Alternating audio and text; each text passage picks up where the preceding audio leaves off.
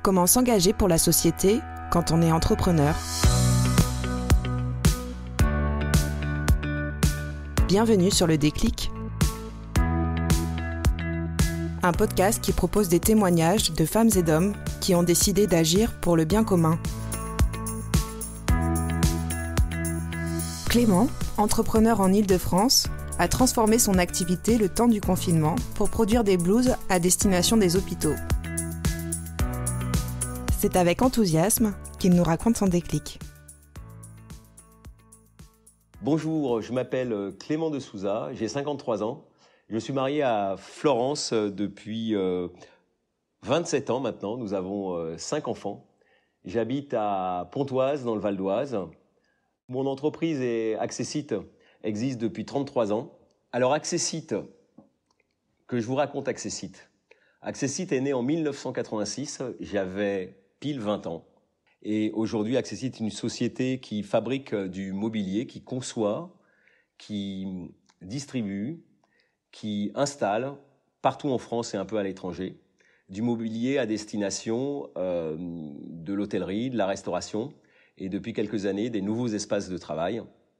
En 33 ans, je suis resté une vingtaine d'années tout seul et un jour, j'ai rencontré un mouvement incroyable qui s'appelle le Centre des jeunes dirigeants. J'ai fait plusieurs rencontres incroyables avec des gens qui m'ont complètement révolutionné ma façon de voir le management et la façon de vivre mon entreprise.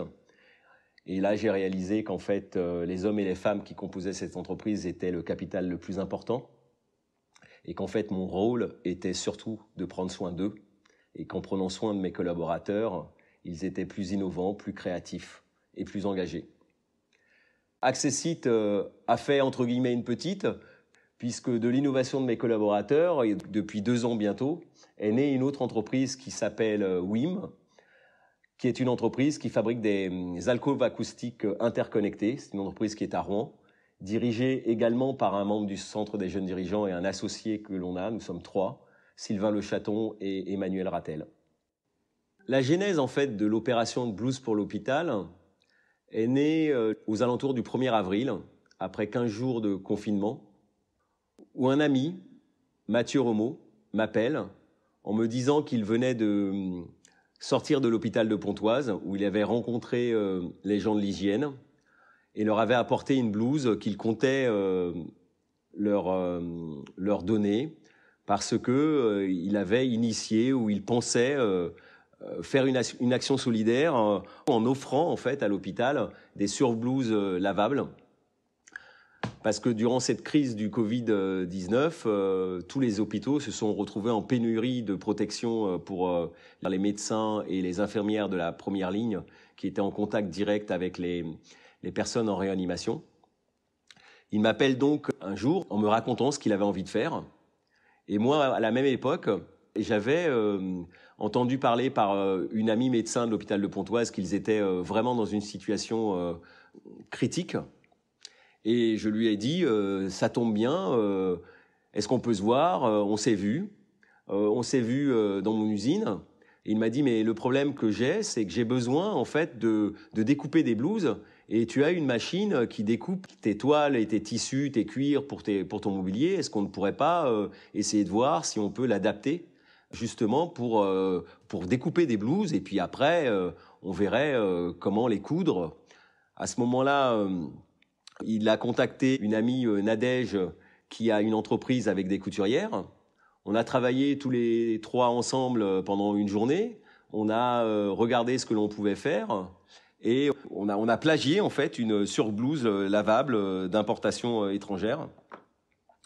Et à partir de là, on a décidé d'offrir à l'hôpital de Pontoise, qui avait une consommation de 15 000 blouses journalières, de trouver le moyen de leur offrir 15 000 blouses pour les 15 prochains jours.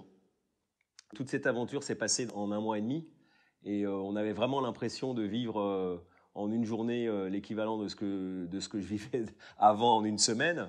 Donc au bout d'une journée, quand Nadège a cousu 80 blouses, pour ça, elle a dû faire appel à ses couturières qui étaient en chômage partiel.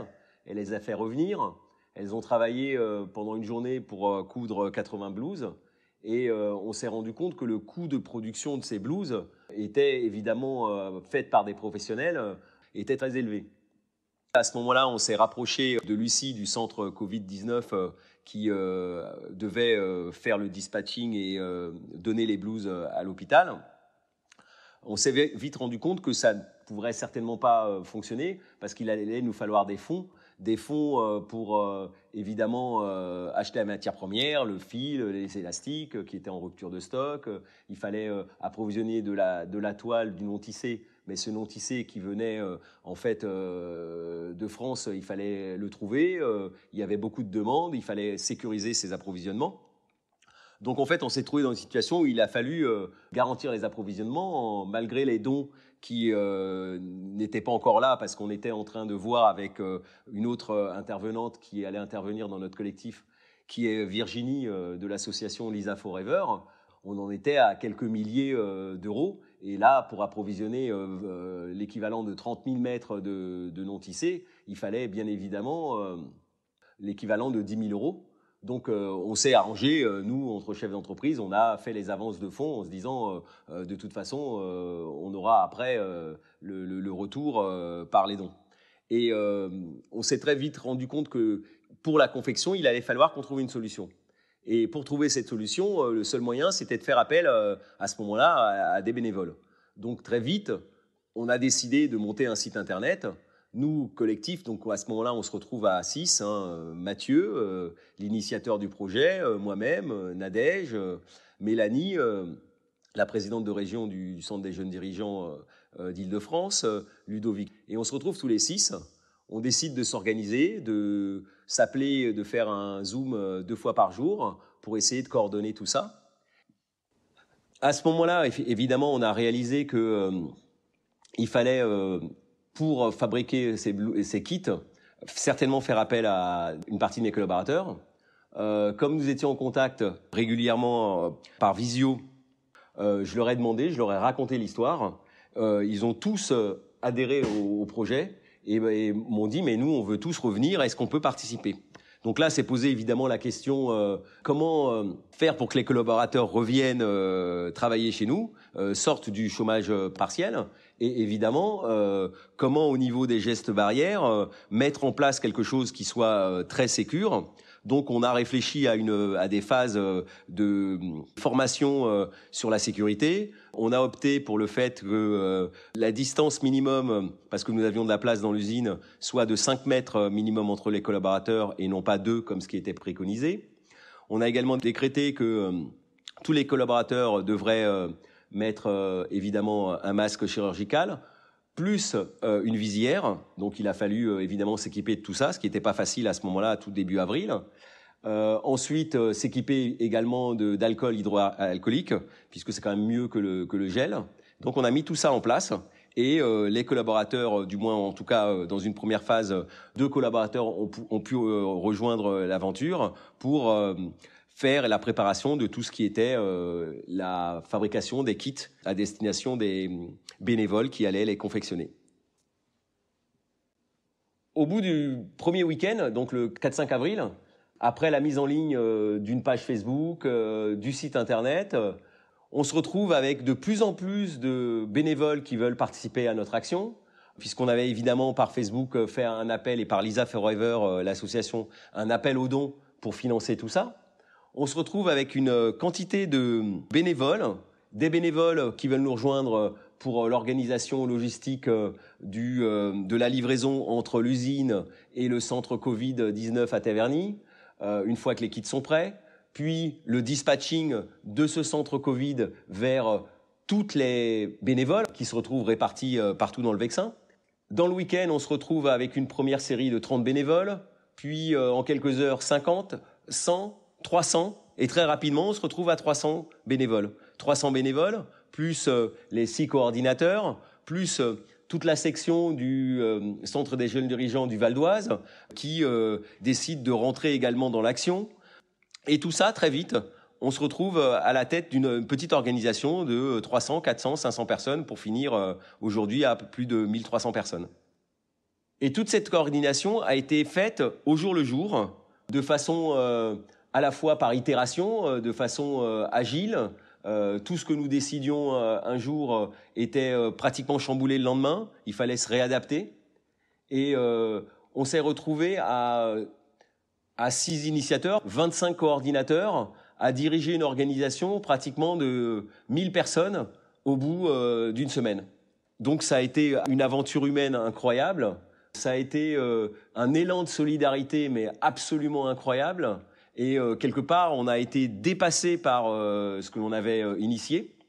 Il a fallu évidemment suivre en production parce qu'au début, on découpait des kits, mais on en découpait quelques milliers. Donc là, très vite, on est monté en cadence et pour arriver à pratiquement 5000 kits en fait préparés par jour pour pouvoir les dispatcher auprès de nos bénévoles.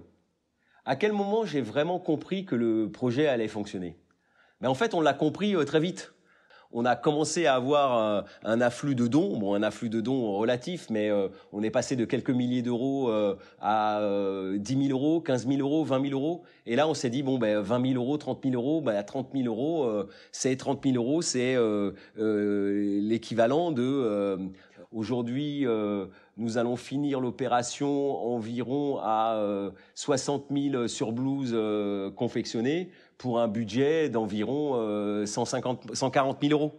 Donc très vite, on a réalisé qu'en fait, le projet allait fonctionner et que l'opération Blues pour l'hôpital était un succès et que c'était un vrai succès d'engagement citoyen. Réaliser 60 000 blues en à peine un mois en partant de rien, on était assez fiers de ce que l'on était en train de réaliser. Les principaux acteurs du début de la genèse sont évidemment ces 6 initiateurs. Alors, ce qui est très drôle, ce qu'il faut que vous sachiez, c'est qu'on a, au début, on avait un fil WhatsApp pour les bénévoles. Donc, les fils WhatsApp sont limités à 256 personnes. Aujourd'hui, en termes de bénévoles pour la confection, il y a 4 fils WhatsApp. Il y a 2 fils WhatsApp pour les bénévoles qui s'occupent de la logistique. Ensuite, on a 25 coordinateurs qui sont beaucoup de membres de la section du Centre des jeunes dirigeants du Val d'Oise, dont Daphné, Emmanuel, Maxime, Olivier Fougue, notre président de section. J'en oublie, mais et tous les autres, tous ceux qui ont participé. Donc 25 coordinateurs qui s'occupent de la logistique entre le centre Covid et le dispatching auprès de tous ces bénévoles qui sont vraiment ceux qui ont fait en fait, qui ont confectionné ces kits, qui eux sont aujourd'hui, il y a pas loin de 1000, presque 1100, on va dire couturiers, couturières et 300 livreurs bénévoles.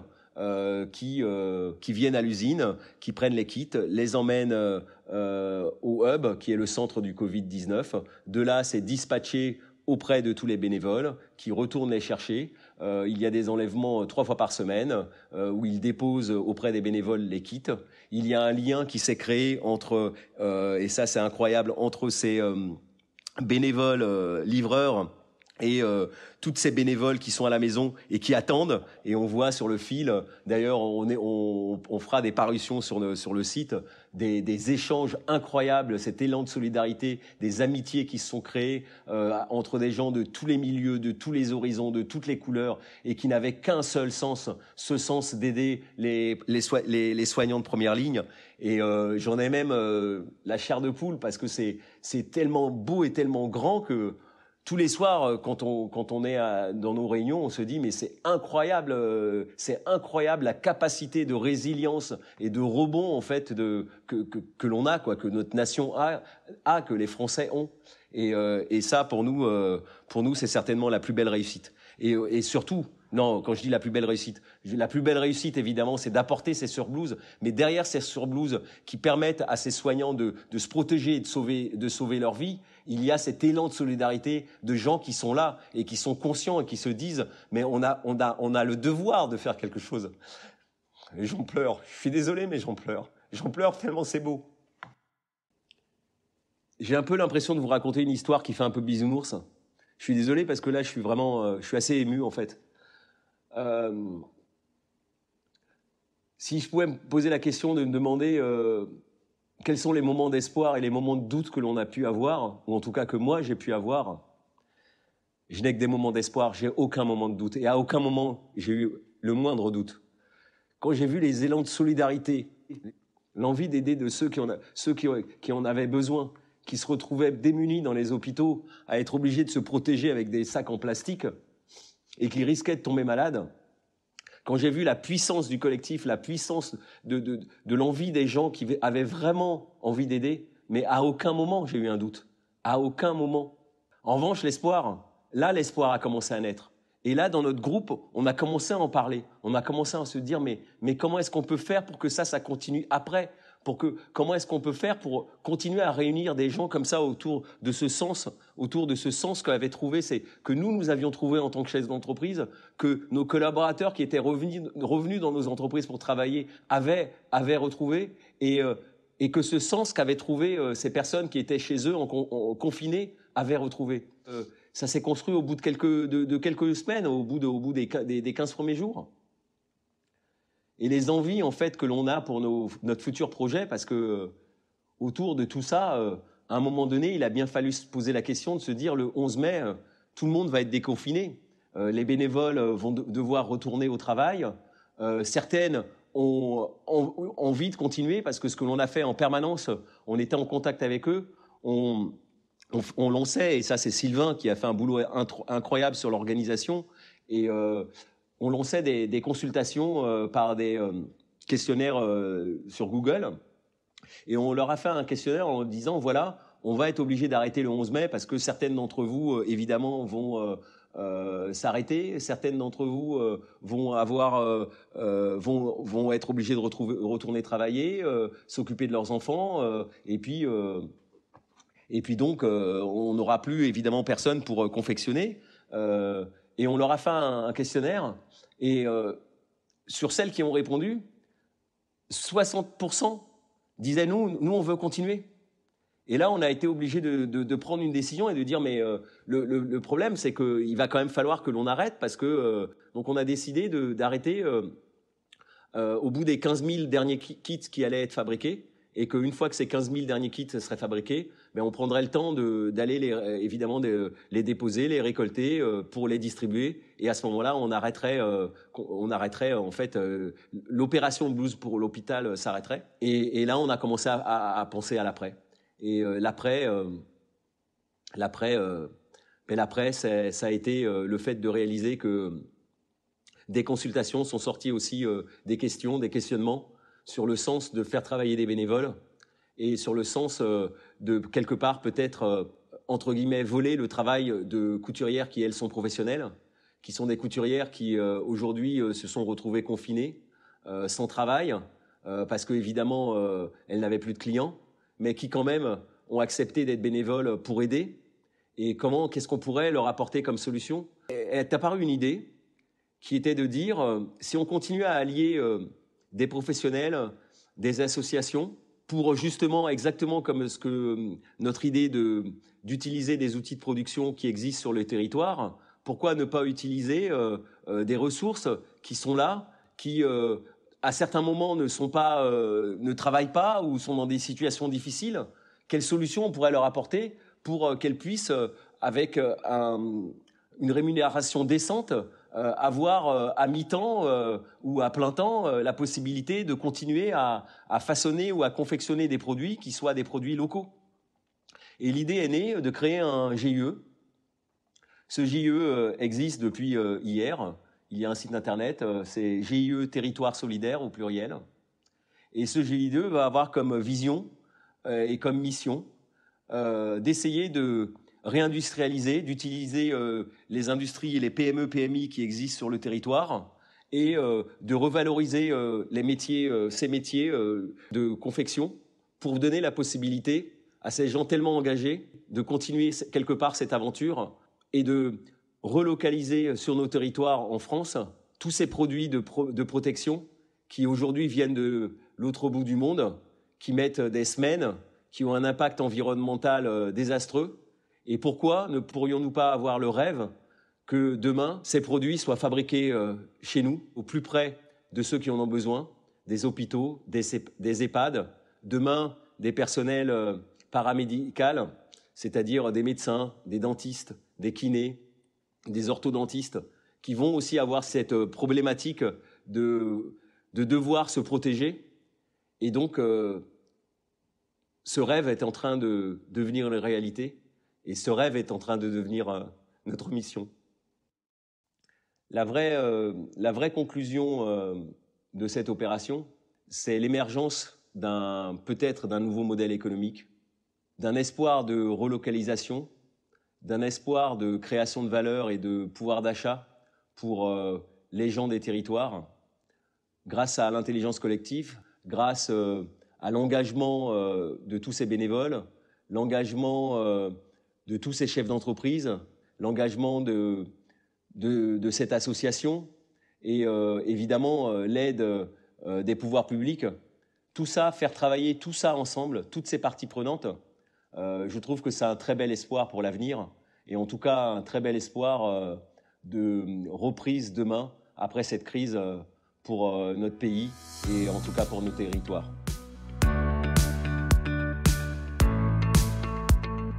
À bientôt sur Le Déclic, le podcast dédié aux actions solidaires d'entrepreneurs.